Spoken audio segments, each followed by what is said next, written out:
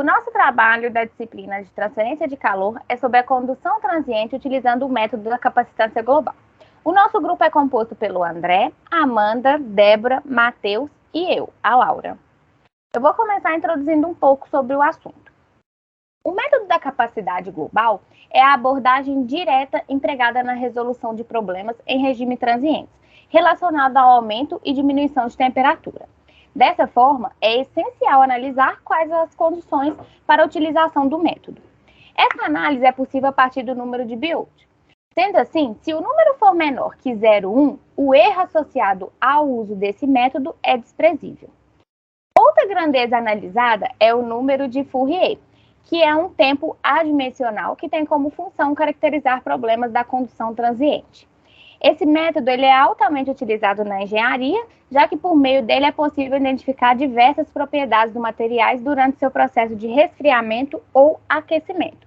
Isso ocorre já que se obtém um perfil de temperaturas desse material ao longo do tempo. O nosso trabalho tem como objetivo a aplicação dos conceitos estudados na disciplina de transferência de calor para determinar experimentalmente os coeficientes de transferência convectiva de calor em corpos de prova submersos no ar aquecido de uma estufa.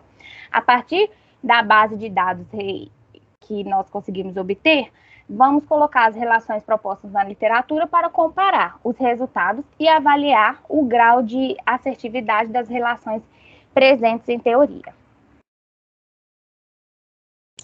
Bom, os materiais utilizados na prática foi uma estufa, um multímetro digital, um corpo de prova cilíndrico e um esférico, ambos feitos de cobre, um cronômetro, um paquímetro, o Excel, uma planilha de termopar e tabelas de propriedade do cobre e do ar. Bom, agora a metodologia. Com o auxílio de um paquímetro, foi medidas as dimensões dos corpos de prova e usando um multímetro, foi medida em milivolts a diferença de potencial presente inicialmente na estufa e nos corpos de prova. Foi inserido o corpo de prova cilíndrico na estufa e medido novamente a diferença de potencial, e esse processo ele foi repetido a cada 2 minutos até se ter 10 medições.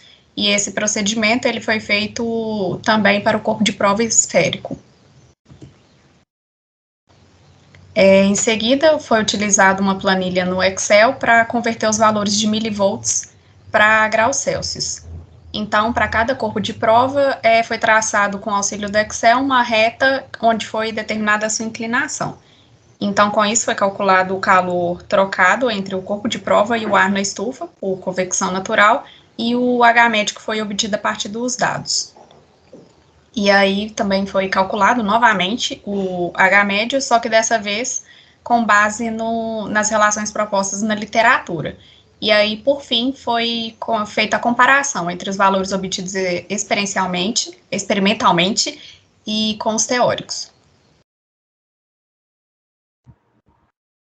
Bom, os dados obtidos no experimento para o corpo de prova 1 e para o corpo de prova 2 são registrados na imagem, na tabela, e como a Amanda havia mencionado, nós realizamos 10 medições para cada corpo de prova e conseguimos obter a medição da diferença de potencial em cada tempo. A nossa fundamentação teórica é baseada nas aulas de transferência de calor, e para o cálculo do coeficiente de transferência de calor, nós utilizamos a equação resultante do balanço de massa. Para o cálculo da quantidade de calor, nós utilizamos a equação do método da capacitância global para a condução em uma dimensão. Para o cálculo do coeficiente de transferência no corpo de prova cilíndrico, nós consideramos a convecção natural e conseguimos obter o Nusselt, o Reynolds e o Grashof. E para o cálculo do coeficiente de transferência para o corpo de prova esférico, também consideramos a convecção natural e obtivemos o Nusselt. Então, com esses valores que foram coletados, a gente fez uma linha de tendência entre o ln da variação das temperaturas, né, no tempo, o tempo em segundos. E esse primeiro a gente fez considerando os valores adotados para a esfera. E com isso, utilizando a temperatura superficial, né, da esfera para um cobre puro, a gente conseguiu as propriedades dele para conseguir fazer os cálculos, né, devidos. E também, claro, considerando as dimensões da esfera coletadas. Primeiramente, com a inclinação dessa reta, desse gráfico, né, dessa linha de tendência, a gente conseguiu calcular o valor do coeficiente convectivo médio para a esfera. Logo em seguida, a gente fez o cálculo de BO para verificar se o BO era menor do que 0,1, que foi confirmado. E logo em seguida, a gente calculou a tensão para conseguir calcular a quantidade de calor trocada entre o sólido e o ar, considerando o intervalo de 10 minutos, ou 600 segundos, né? Logo em seguida, para a esfera, a gente considerou a convecção natural, utilizando as propriedades do ar como gás ideal, na temperatura que foi obtida experimentalmente, né? A gente calculou inicialmente o beta com a temperatura média, né? Logo em seguida, a gente calculou o Rayleigh. Logo em seguida, o Nusselt, para então, enfim, a gente conseguir calcular o coeficiente convectivo médio para a esfera de forma teórica, né? Novamente, a gente calculou a linha de tendência, desta vez para o cilindro, utilizando o mesmo raciocínio que para a esfera, e através também das propriedades, né, e das dimensões do cilindro, calculamos o coeficiente convectivo médio. Logo em seguida, confirmamos novamente que o BO para o cilindro também era menor do que 0,1. Calculamos a tensão, calculamos logo em seguida a quantidade de calor trocado entre o cilindro e o ar, nesse intervalo de 600 segundos. Considerando novamente as propriedades do ar como um gás ideal, calculamos o beta, depois calculamos o Grashof, e logo em seguida com ele a gente conseguiu calcular o Rayleigh para então conseguir calcular o coeficiente convectivo médio teórico, né?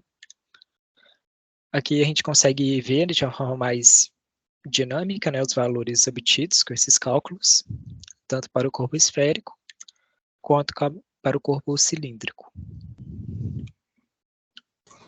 Partindo agora para a análise dos resultados, nós podemos ver que para ambos os corpos de prova, tanto o cilíndrico quanto o esférico, os valores teóricos e o valor prático estão muito próximos, sendo no cilíndrico o valor teórico de 8,62 e o prático de 5,68, enquanto para o esférico o valor teórico foi de 19,46 e o valor prático foi de 7,12, valores que estão um pouco mais distantes do que o cilíndrico.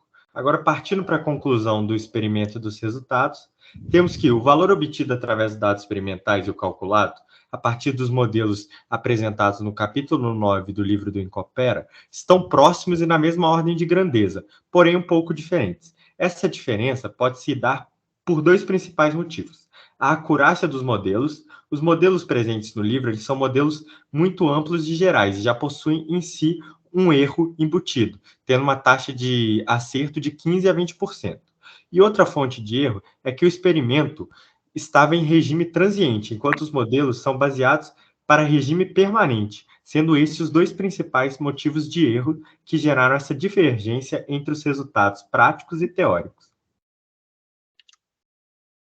Aí nós encontramos as referências utilizadas para o trabalho. A principal referência foi o livro do Incopera. Muito obrigado a todos por assistirem à apresentação do trabalho.